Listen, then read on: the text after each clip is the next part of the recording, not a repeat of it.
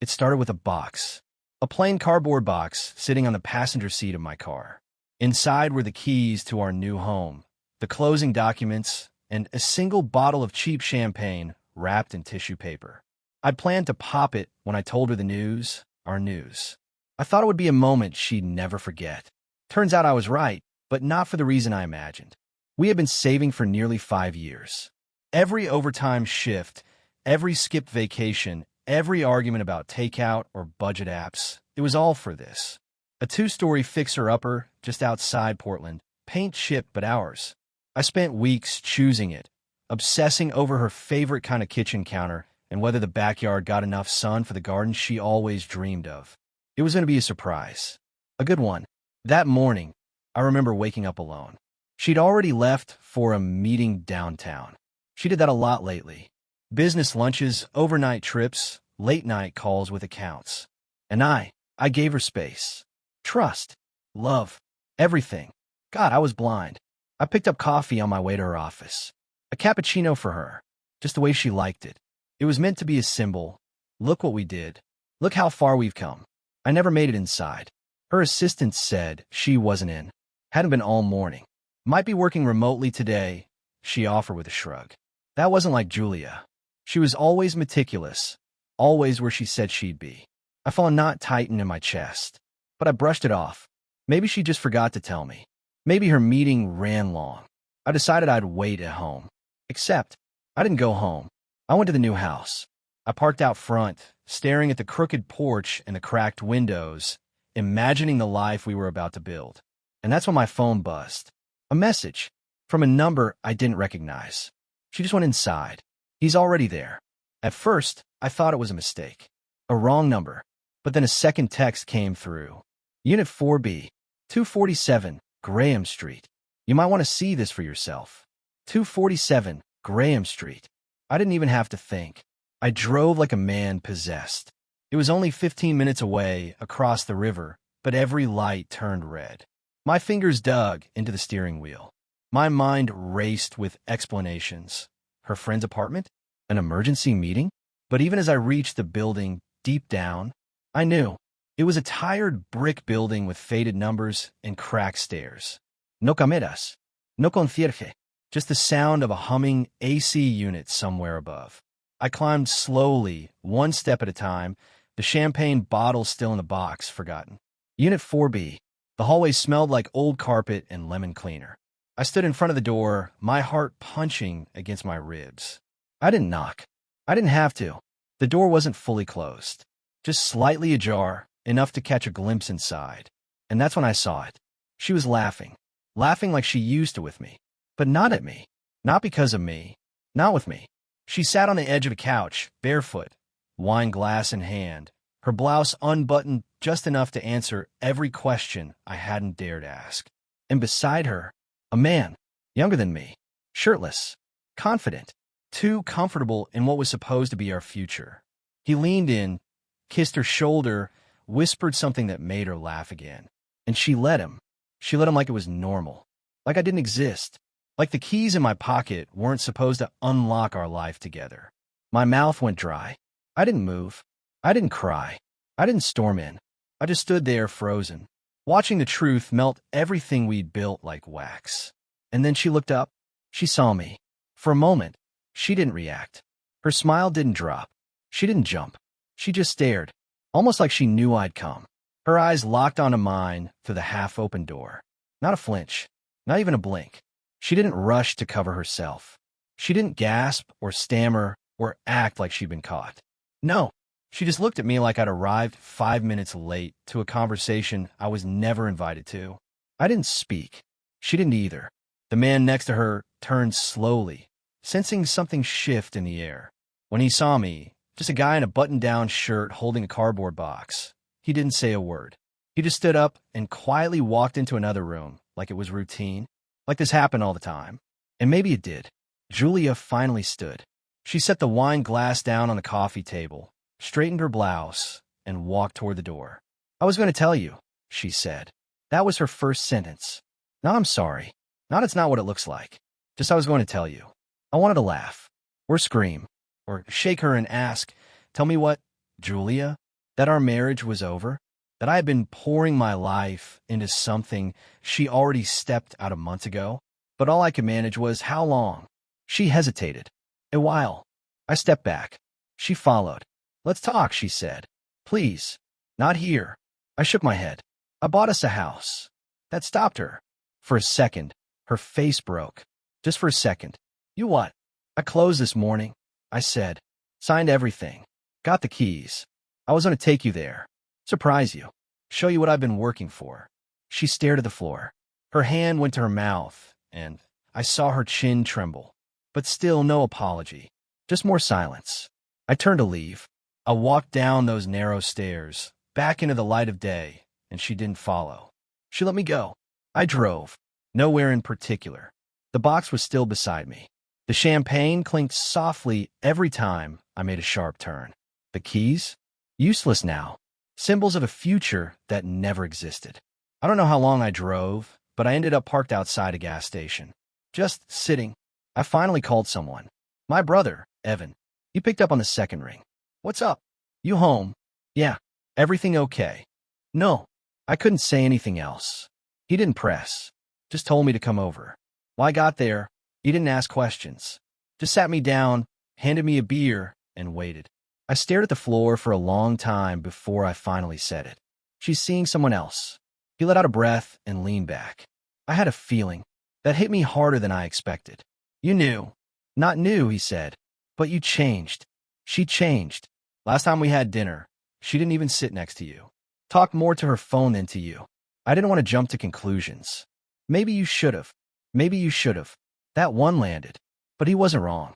The next day, I went to work like nothing happened. I needed normal. Structure. Noise. But every email, every meeting, every coffee break felt like static. My mind kept going back to that apartment. That man. Her voice. I was going to tell you. I didn't even know who to be mad at anymore. Her? Him? Myself? I kept asking myself, when did she stop loving me? Was it after that business trip last fall? After we lost the baby? After I missed her birthday because of that emergency project at work? Or was it before all of that, and I just didn't see? That night, I didn't go back to our apartment. I couldn't. Instead, I drove to the new house, sat on the steps of the porch, and stared at the sky. It was colder than I thought it'd be. Quieter, too. And then my phone buzzed. A message. From Julia. Can we talk? I owe you the truth. Please. I didn't answer. 10 minutes later, she sent another. I didn't plan for this to happen. I didn't mean for it to get this far. But I need you to understand. There's something you don't know. I didn't answer a message. Not that night. Not the morning after. But the words haunted me. There's something you don't know. I need you to understand. Understand what? That she'd been living a second life? That the woman I shared my bed with came home to me after spending hours in someone else's arms? No, there was nothing to understand. But I still couldn't shake it. That's the sick thing about love. You don't stop wanting answers just because the truth hurts. So, the next evening, I agreed to meet her. We didn't meet at the apartment. I couldn't go back there. I told her to meet me at the new house. Neutral ground. Empty, cold, unfinished, just like us. She arrived late, of course. She always did when she knew something was heavy on her chest.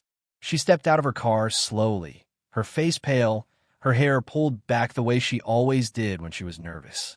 She looked smaller somehow. Or maybe I was just seeing her without the filter of hope for the first time. She walked up the steps, looked around at the porch I had sanded myself, then whispered, "It's beautiful." I didn't respond. Just let the silence hang between us like fog. We went inside. There was no furniture, just blank walls and the echo of everything we could have had. She sat on the floor, knees pulled in. I stood by the wall, arms crossed. "I didn't mean for this to happen," she started. I exhaled sharply through my nose. "You've said that already." She nodded. "Look down. You're right. But I need to tell you the rest. Because what you saw, it's not everything." My voice was tight. "Then start talking." She swallowed hard. "He's someone I met a year ago. At a conference. We kept in touch. Emails, texts. At first, it was just friendly. But I was lonely. We weren't connecting anymore. And you thought that was the answer?" "No," she said quickly.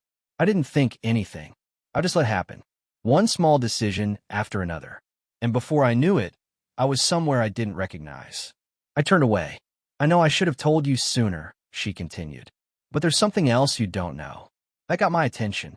She looked up at me, her voice suddenly smaller. Do you remember last year?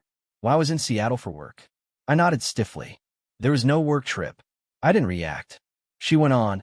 I was pregnant. My head jerked toward her. What? I found out just before I left. I didn't tell you because I was scared. We had just come out of that horrible fight. You've been working nonstop, and I thought maybe you didn't want another attempt after the miscarriage. I sat down across from her, stunned. I lost it. Again. While I was there, she said, tears now threatening her voice. I went through it alone. In a hotel bathroom. I cleaned it up myself. I took a cab to a clinic the next morning. I didn't tell anyone. I stared at her, the walls of the house pressing in. And after that, she said, something in me broke. I started thinking maybe this life, our life, wasn't meant to be. That maybe I was just holding on to something that couldn't survive. So you found someone else? She shook her head. No, he found me. But I let him. Because he didn't remind me of what I lost. You did. Every day. Even when you didn't mean to. Her voice cracked. I hated you for going back to work the next day after the miscarriage. I hated that you didn't cry. That you didn't break down. You just kept going. Like nothing happened. I did cry. I said quietly. I just didn't let you see it. We sat in silence. Two people surrounded by nothing but emptiness and regrets. You should have told me, I said. About the baby. About Seattle. About everything. I know. And the guy. She sighed. It's over. It's been over for weeks. That day, that moment you saw, was me saying goodbye. You came over to get closure. You showed up at the worst moment. You expect me to believe that? No, I don't, she said. I wouldn't if I were you. We didn't speak again for a long time. Just sat there, two broken people staring at the shattered image of what could have been.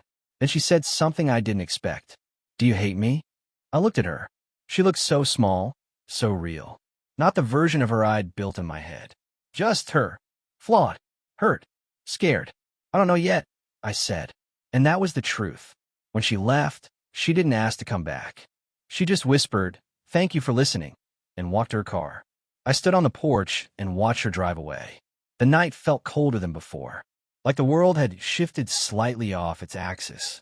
And in my pocket, the keys still jingled, mocking me with every step.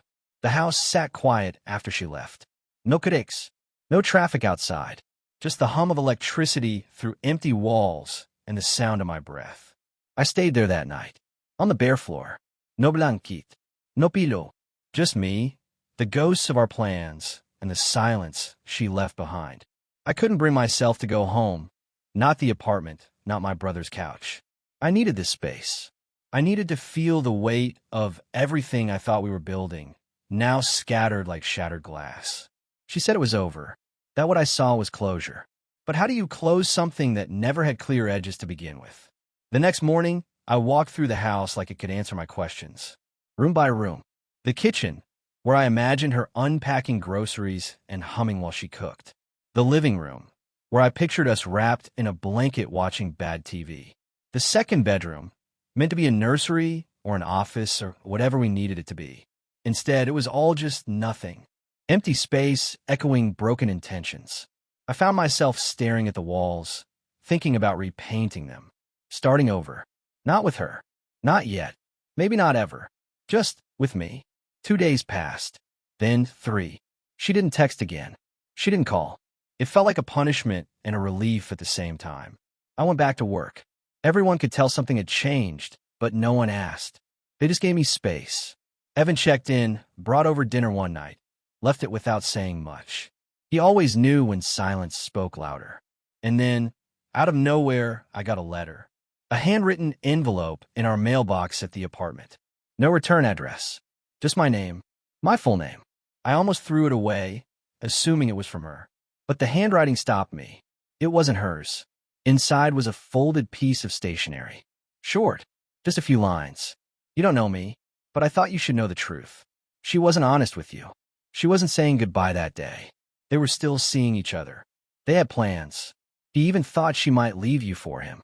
Don't let her rewrite history. You deserve better. No name. No signature. Just those words.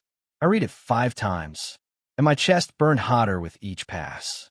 I drove to her office, not to cause a scene, but because I needed to see her face. I needed to know if that letter was real or just someone trying to stir the ashes. She wasn't there. Again. But this time, I didn't go looking for her. I didn't drive to another address. I didn't chase shadows. I went back to the house, poured myself a drink, and stared at that letter until the sun went down. And then I picked up my phone, called her. She answered on the first ring. "Hello. I got a letter," I said. She was quiet. "It wasn't from you. It says you lied. That it wasn't goodbye. That he thought you were going to leave me." A pause. Then, "I don't know who wrote that. But is it true?" More silence. I heard her breathing, heard the hesitation building like a storm. "It wasn't exactly a goodbye," she said finally. "Julia, I wasn't sure what I wanted, okay? I was torn. I told him I was thinking about changing my life. I told him I didn't know if I'd stay married. But I hadn't decided anything. Did he think you would?" "Yes." That one word, whispered and broken, sliced through everything I had left holding me upright. "And you didn't tell me that part because it would make it worse," she said, almost crying now. "Because I was a coward. Because I didn't want to be the monster you'd have to forgive." Too late. That night, I packed up the last of my stuff in the apartment. Didn't tell her. Didn't leave a note. Just left. The next morning, I woke up in the new house. Alone. Not sad. Not angry. Just done. I called the locksmith. Changed every lock. Replaced the mailbox. Took her name off the title the next day. She showed up once more. Knocked on the door. I watched her from the window, just like I had at the apartment weeks earlier. But this time, I didn't open it. She stood there for 5 minutes. Then left. I didn't need to hear anything else. Later that week, I started painting. Not for her. For me. I picked gray. A cool, muted gray. Clean. Quiet. Honest. Each stroke felt like I was erasing something. And building something new. The pain didn't go away. But I stopped needing it to. I hadn't heard from her in over a month. After she stood on the porch that one last time, and I didn't answer the door, I assumed she got the message. Or maybe I hoped she did. Either way, I stopped checking my phone at night. Stopped expecting anything. The house was slowly becoming mine. Not ours. Mine. I painted every room. Bought furniture secondhand, piece by piece. I fixed the leaky faucet in the upstairs bathroom, even though I could have paid someone else to do it. There was something about doing it with my own hands that made it feel real again. Every now and then, I'd still wake up from dreams of her. Not always nightmares. Sometimes, they were just old memories replaying themselves like a cruel film reel. Us in the kitchen, laughing. Her reading on the couch. Me brushing her hair back from her face after she fell asleep on my chest. But I always woke up alone. And for the first time, I stopped missing the way it used to be. Then came the letter. A real one this time. No anonymous handwriting. No poison on clean paper. It was from Julia. No tricks. Just a letter. "I know I'm the last person you want to hear from. I don't blame you. I've thought about calling, texting, even showing up again. But you made it clear I lost that right. I respect that now. I just needed to say thank you for listening to me that day. For not yelling. For not humiliating me like I probably deserved. I've been to therapy. Alone. Try to figure out why sabotaged everything that ever meant something to me. And I think I've finally figured it out. I never felt worthy of good things. Even you. Especially you. And so I destroyed them before they could leave me. I convinced myself you didn't love me the same way anymore, but the truth is, I stopped loving myself long before we stopped loving each other. There's no excuse for what I did. I broke the vows I swore to uphold. And I see now how deep that wound went for you.